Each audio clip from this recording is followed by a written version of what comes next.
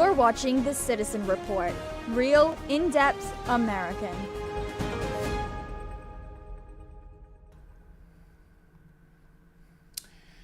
Welcome to The Citizen Report, everyone. I'm John DeShannon. Thank you for joining me tonight. As always, this newscast is real, in-depth American. It's always good to be back here with you. Thank you so much for joining me. So I'm mostly over that sickness I had about a week ago, so I appreciate everyone's patience as I, kind of got over the most of the remainder of it. And I wanted to come on and talk about some of the most recent developments with Charlie Kirk. I will remind my audience that I am planning to do a more comprehensive episode, and I've taken a lot of notes, believe me, I have, and I'm still planning to unpack this other avenue of thinking as to what may have actually taken place in Utah on September 10th of this year. So what I want to do, though, is kind of detail some of the more contemporary developments with Charlie Kirk, because if you've been paying attention to the news cycles, you probably have already heard about it, and that is this so-called text exchange that Charlie Kirk had with some of his close friends, confidants, things like that. And it appears to be, if I'm not mistaken, in a WhatsApp message group, basically. And before I get into that, I just want to take a step back and just remind my audience, and I'm having to remind myself as well, how critical it is to perceive your emotions and presuppositions in a matter and remove them, and just approach this as objectively as possible. I don't think it's ever entirely possible to remove 100% of bias, because you have a bias no matter how hard you try. But I think it's important to get that bias in any news cycle down to as minimum as possible. So what I want to say next, also, before I get into the text exchange and the developments concerning that, is I want to just stress at the outset, I want to be sensitive to the fact that this literally today is the 2-year anniversary of the October 7, 2023 events. And I remember when I first got the news, I was actually out having dinner with my mom, and I was visiting. I wasn't living in Tennessee at the time, I was visiting. And I remember when the news broke, and it was deeply troubling, to say the least. Now, there's been some questions as to what preceded that event, and I remain skeptical as to the mainstream narrative of that event. Make no mistake, there are real casualties, there are real victims, and there is a real spiritual war component to it. But I just want to take a moment to acknowledge that and be sensitive to that, because I understand that literally as I'm broadcasting, as I said, this is the 2-year anniversary of that. And there is that spiritual component of the if you will, the Jewish people, the Islamic people, and I'm not using the correct terms, I understand that. But I just want to be sensitive to that before I go forth with what I'm going to talk about tonight, given the day and the time that I'm doing this broadcast. It just so happens that all this information is breaking today. Now, the text exchange did not break today, but the confirmation of it did. Now, let me just briefly summarize what's been taking place with that. So, we have Candace Owens, who has been vehemently attacked. I have seen some of the propaganda that's been put out on her, and I'm not saying that I entirely agree with her. I actually don't even know her personally. I don't really pay that much attention to her, except in the context of what she's been talking about lately. And what she has been alleging is that there's this, basically this deep state component to what took place with Charlie Kirk on September 10th, and that she is calling things out about that. Now, the thing that disturbs me, by the way, is some of these Christian media personalities are coming out against her instead of, on its merits, assessing what she's actually saying. They might play a soundbite from her, but then turn around and basically say, well, you're going against God, and you're basically going to bring on, God's wrath because you're turning on Israel. And I don't think my personal opinion, it does not seem that she's even doing that. And yet you have this well choreographed counter narrative being orchestrated against her because she's asking questions. And I've told my audience, as a journalist, as someone that is looking at the facts of a situation, you should always be asking questions. It doesn't mean that the questions will lead you down to a certain conclusion, that is less favorable, to one side or the other, but it's important to ask questions. And, and that's the issue here. The more they attack people, the deep state, and these, sorry to say, Christian media personalities, the more that they come out with these attacks on people for asking questions, in my mind, and I'm sure in the minds of others, the more suspicious it makes me and it makes others. You're not doing yourself any favors by attacking people for asking questions. So with that said, I hope I kind of laid a somewhat cogent background to that. Now, this is the actual text exchange that has now been confirmed, and I say confirmed because actually it was on the Charlie Kirk show, and I'll play the soundbite from that in just a few moments. But in summary, it was confirmed to be authentic. And that's why me personally, I was holding back. One of the reasons I was holding back was I wasn't like, okay, you have Candace Owens putting out this alleged text message, but in my gut, I was feeling like, let's wait and see if this actually turns out to be even authentic. Apparently it is. That's why I'm now talking about it. So let's go to... Actually, let me take it full. I'll switch to that here. So let me just read what, and I say allege, but it's now been confirmed to what Charlie Kirk was saying here. And I'm just going to quote verbatim. Just lost another huge Jewish donor, $2 million a year because we won't cancel Tucker. I'm thinking of inviting Candace. Someone whose name has been redacted replies, ugh. And then Charlie Kirk goes on to say, Jewish donors play into all the stereotypes. I cannot and will not be bullied like this, leaving me no choice but to leave the pro-Israel cause. And then someone whose name is redacted responds to that by saying, please don't invite Candace. That might feel good short term, but it's not good long term, in my opinion. Like all groups, you're going to get wide variety of opinions. That nasty free will thing that God bestowed on us makes life frustrating at times. So that was a rather that's a big thing that was said right there. Now, of course, you have to interpret things in context. So, and to their credit, I'll give them the benefit of the doubt.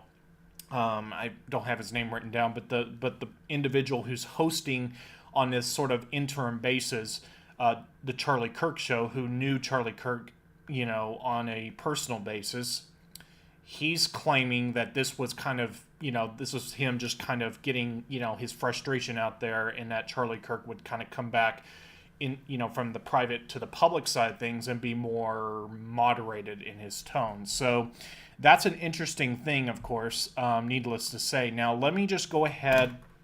I got the timestamps here. Let me go to the Charlie Kirk show, and all copyrights acknowledged. I understand this is their copyright, but I'm going to just play a bit of this. You can go search this out for yourself if you'd like. This is what they talk about on the Charlie Kirk show, and I'm just going to play a few seconds in the very front end of this video, and then I'm going to cut to something deeper into the video. I want to take the start of this show to address some of the things that have been going around on public, namely about a group text chain that has been made known and released by Candace Owens. And I just want to address it head on because, that was a screen grab that I had shared with people. So it is authentic. And I want to go into it because I actually am really excited that the truth is out there. Let me stop right there and let me just hone in on what he literally just said. He said this is authentic. So there's no doubt this is not some kind of fabricated thing to, stir up strife unduly. I mean, this is literally authentic messaging that took place with Charlie Kirk, basically saying he is abandoning the pro-Israel cause. This literally, by the way, I might add, was apparently sent about 2 days before he was assassinated. I'll leave that to your imagination. Could be a coincidence. That I'm not sure. I just want to say the reason I didn't share that screen grab publicly is because it was a private exchange, and I felt like it didn't necessarily comport with things that were already public. I wanted to not betray my friend's trust in that way.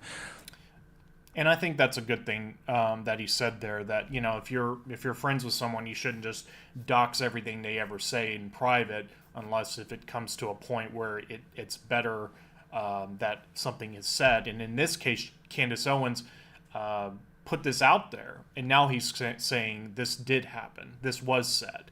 Now, he goes on, and I'm just going to say this. He goes on to play a soundbite from when Charlie Kirk was on Megyn Kelly's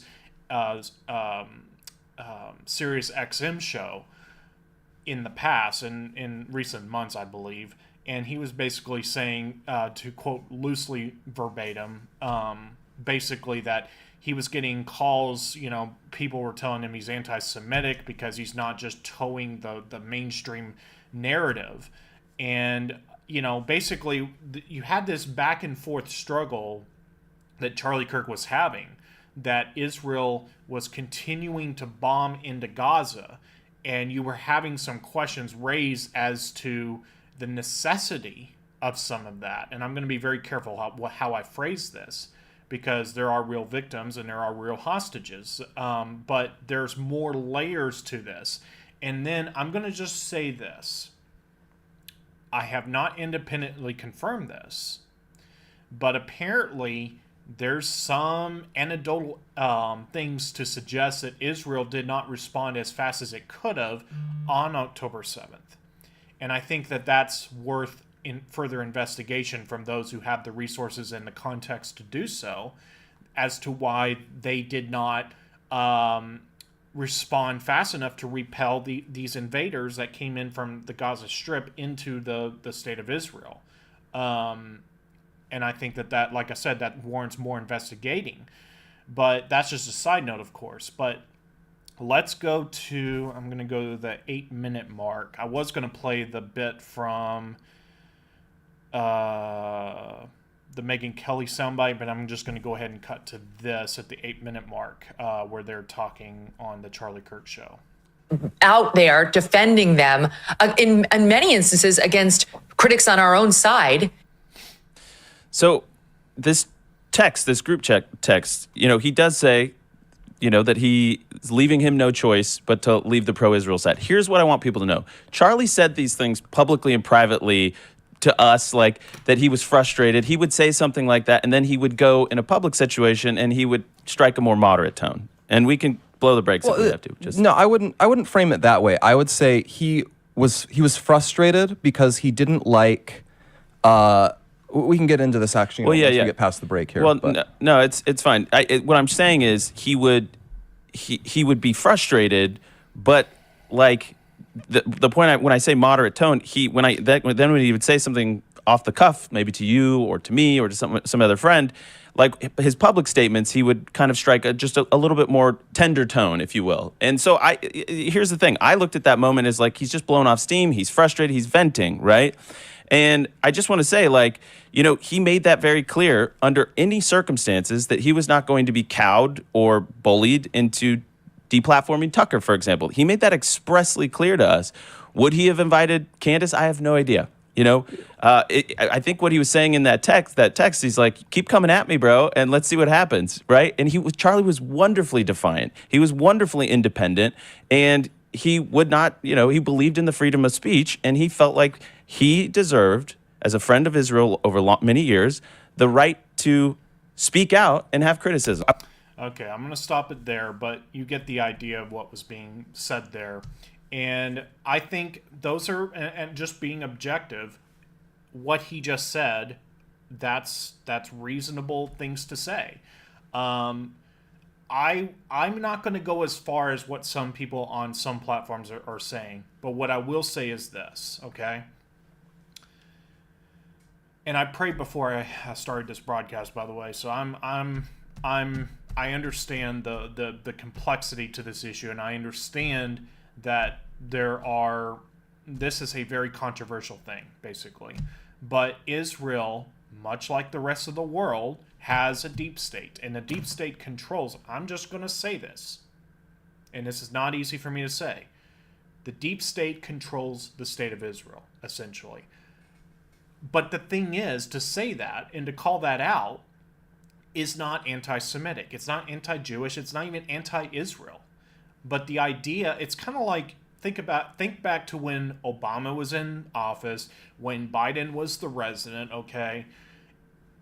If you're from the outside looking into America, for example, let's just make up a scenario. Let's say you're in another country and you're looking at the geopolitics of America during that time period, and you say, I don't like Obama, I don't like Biden, I think that it's highly treacherous, the things that they're doing. That's not anti-American. So it's like when I have a criticism, when I'm saying that Netanyahu may not actually be acting in the best interest of his own people, let alone on the global stage, even though you do have kind of this situation where he goes to the UN, you see him get sort of the pushback from other world leaders, because there is this spiritual component of Israel versus the Islamic different countries and stuff, and I understand the spiritual aspect to all of that, okay, but you also have to understand there's the added complexity that Netanyahu himself maybe, I'm not saying is, but maybe influenced by the deep state to push certain things, and why, again, on October 7th, they did not respond for however long it was. It was not immediate or near immediate. It was quite a while. I've heard someone say they didn't even begin to respond for 45 minutes. I've heard others claim that it was 6 hours after the onset of the attack from Gaza. So I'm not here pretending I know everything there is to know about this. And I've been doing a lot of my own over the last few years, I've been doing a lot of research. But what I'm comfortable enough to say is you do have this deep state realm that is not loyal to any country, that has infiltrated and is controlling, as it were, different countries, including the state of Israel. Okay? You have in America the same thing, but Trump is the counterinsurgency. He is with the Patriots, the White Hats, countering that. And that's kind of the situation that I believe that we're in right now. The moves and counter moves, as it were.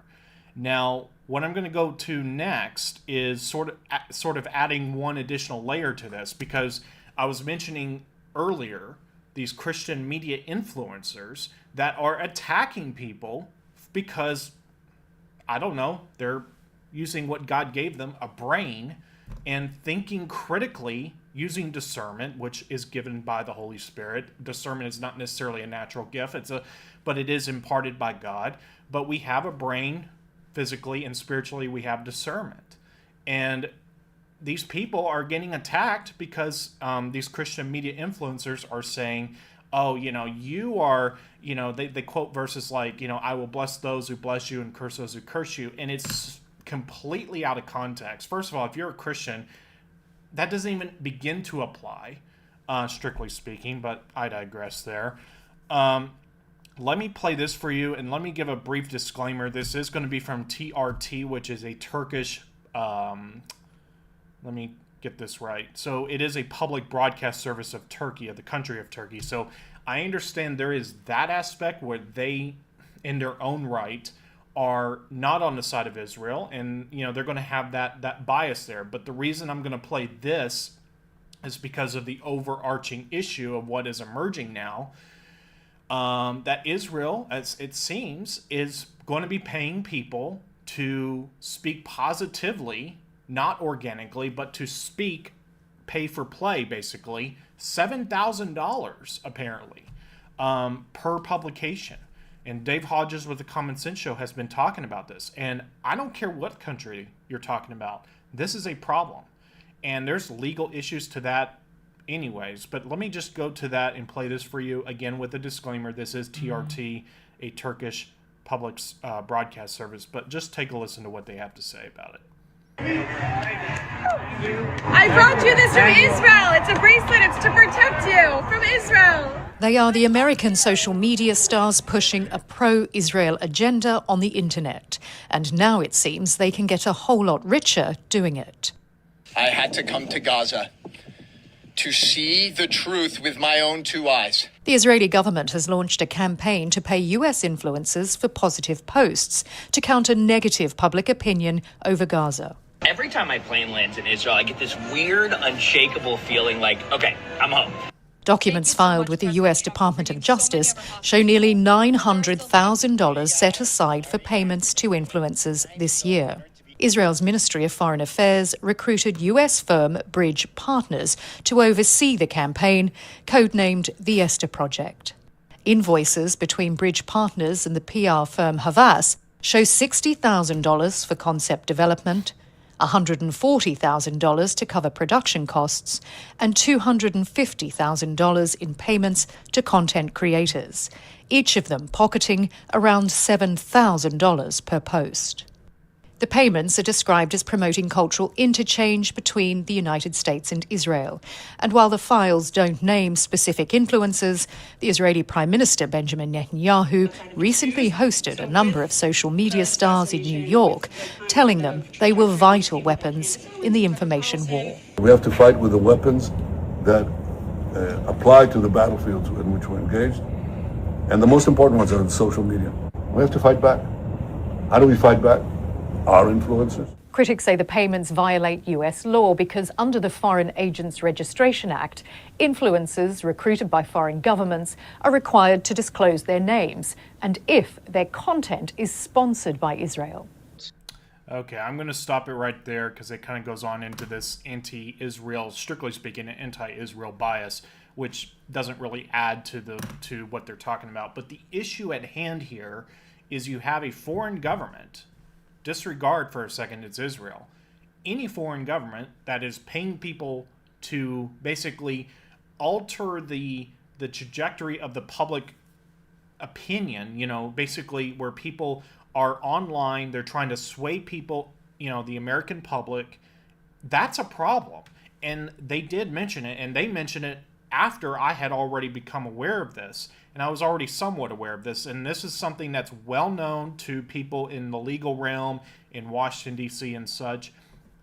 You have what's called the Foreign Agents Registration Act. And this is a law that's been on the books since 1938. And to summarize it, it basically says that it basically imposes public disclosure obligations on persons representing foreign interests. It requires foreign agents defined as individuals or entities engaged in domestic lobbying or advocacy for foreign governments, organizations, or persons, otherwise known as foreign principals, to register with the DOJ, the Department of Justice, and disclose the relationship, activities, and related financial compensation. It doesn't prohibit lobbying, nor does it ban or restrict any specific activities. It's basically to promote transparency, basically, with respect to foreign governments that are, engaging in any kind of public discourse inside the United States.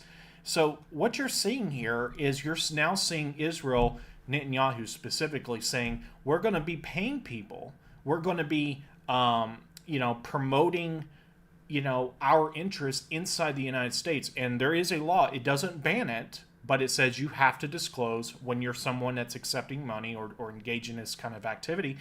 You have to be open, transparent about it. So I'm not saying get paranoid about it. I don't even, I'm not a conspiracy theorist. I don't even consider myself to be a conspiracy theorist, which, by the way, is a term that's widely believed to be invented by the CIA in the 1960s anyhow, to discredit actual critical thinking, but I digress. The idea, though, is that you have a foreign country trying to infiltrate our public sphere of communicating and all that stuff. if you're going to be an influencer and doing that, legally you have to tell people and tell the government, hey, I'm accepting money from this country or that country to do what I'm doing. And again, I'm not saying be paranoid, but I really have to ask the question, all these people that are suddenly and rather suspiciously in a rather coordinated way kind of saying, well, if you are a Christian and you are criticizing, again, this has nothing to do with, saying that the state of Israel should not exist. I'm just going to say it right here and now. Israel should absolutely have the right to exist, okay? Let's just clear the air about that. But this idea that you cannot criticize anything over there is beyond insanity. It's not even intellectually honest at that point. And so what we have here is this kind of this dual, rather complex situation taking shape here, where you have Charlie Kirk talking about he's getting frustrated with apparently these Jewish donors that were sort of forming the backbone of TPUSA, Turning Point USA, and he was getting frustrated and basically saying, I'm over this. I'm not going to censor people. I'm, not going to remove Tucker Carlson from my orbit. And I might even invite Candace Owens. I mean, he was on the record saying that. Now, the other aspect to that is not just Israel, but you have foreign infiltration of our media. You have China, obviously I'm talking about the People's Republic of China, the regime in China. They too are infiltrating, and they too are the deep state. So you have the deep state. It really just removed the country from the equation. It is the deep state, whether if it's through China, whether if it's through Israel, or whether if it's through some other country. That's what I'm talking about here. And this is the other thing that needs to be mentioned as well. Now, I am going to take a slight risk from a professional standpoint in mentioning this, because I understand some people, as soon as you mention this, they shut off. They're not going to hear about this. But I'm just saying, don't take this as the backbone to my argument. But I'm just going to say, I'm going to just sprinkle this on here as food for thought, okay?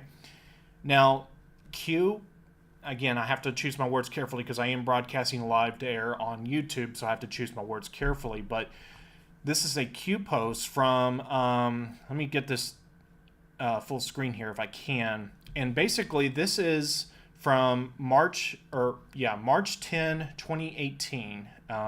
And this is referencing some kind of news story about Imran Awan. I think that's probably the name, probably mispronouncing it.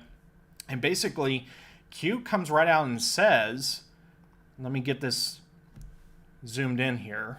Sorry, folks. I'm having to be the technical director and the host at the same time, so sometimes it's a little messy. But it says, we are saving Israel for last. Very specific reason not mentioned a single time. Now, again, this is a post from, let me get up to the top here. Post number 916, dated March 10, 2018. Now, what that is being said there is there are other posts at different times. There was like another post that was mentioning central banks in other countries, one of which the Bank of Israel in Israel, as well as other central banks. And that too is a backbone to the deep state system, the apparatus. And so the idea is that Israel is infiltrated. It is part of the deep state system.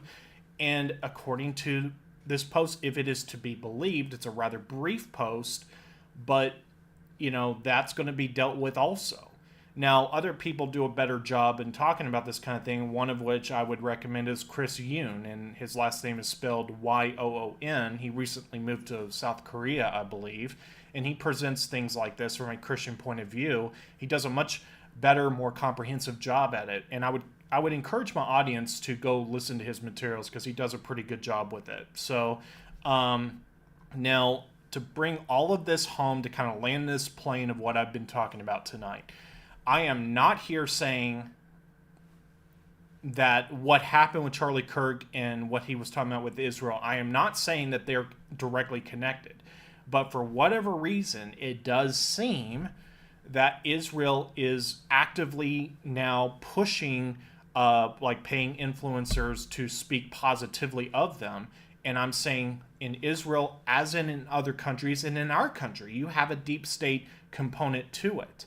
And that deep state apparatus is conflating. Basically, if you're criticizing what's going on over there, you're being anti-Semitic, you're being anti-Jewish, you're being anti-Israel.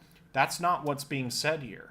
We're talking about the deep state, and that's an issue, a major issue. Now, other people are going to go take that argument further. I'm just trying to kind of say this in a way that I can base in actual facts, okay?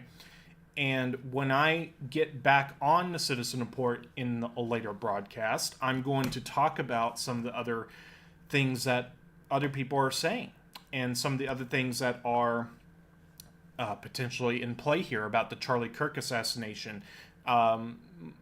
Particularly with respect to the White Hats potentially sort of kind of creating this front facade to as a kind of a psyop or counter psyop, depending on how you want to look at it as that. But that's going to be in a later broadcast, and I don't know exactly when, but hopefully we'll get on here with that information. I have it in my notebook. I'm going to try to present it in a cogent way, but just understand I'm looking at all that. I've been looking at all that, and this is a very complex issue, to say the least. So I acknowledge that I don't know all the facts. I'm just simply on here with what I can best discern that as to what is happening or could be happening, in that there's different layers and different agendas in any news cycle. So, and again, just want to say this one more time because I think it's worth mentioning. I am not here saying that Israel did something to Charlie Kirk on September 10, 2025. But there is a backstory to this, and until today, officially, we were in the dark about this, and it's a very interesting multi-layered thing that's been taking place here. Again, it's not Israel we're talking about; it's the deep state when it gets right down to it. So, and then of course, with respect to actually what happened on September 10, I think it's worth mentioning as well. Tyler Robinson, he's the alleged shooter. We all know what happened with JFK, Lee Harvey Oswald. That whole thing was, we all know now that that's pretty much, what they said back then was not lining up with what actually was on tape, on footage, and in the direction, the trajectory of the bullets, plural, I should say. And so it's worth being skeptical as to what they're saying happened with Charlie Kirk. And then with respect to Tyler Robinson, I think he's a patsy. I do think he's a patsy. And whatever actually took place with Charlie Kirk, whether it be, different, I talked about different angles where they claim that Tyler Robinson was positioned at versus where the bullet seemed to be coming from. And then you also have the issue with the microphone being potentially a detonator as well, or the device that was actually used potentially. There's so many different layers to this. It's hard to say really what actually is the most likely thing that took place with Charlie Kirk. You have a trapdoor below or next to him. That's also interesting, worth further investigating. The subsequent and rather quick construction that took place around where he was sitting is also interesting, worthy of note. And then also, you got to remember, the deep state generally, they saw him as an existential threat because he was a unifier. He really was. I mean, Charlie Kirk had an incredible gift of unifying people.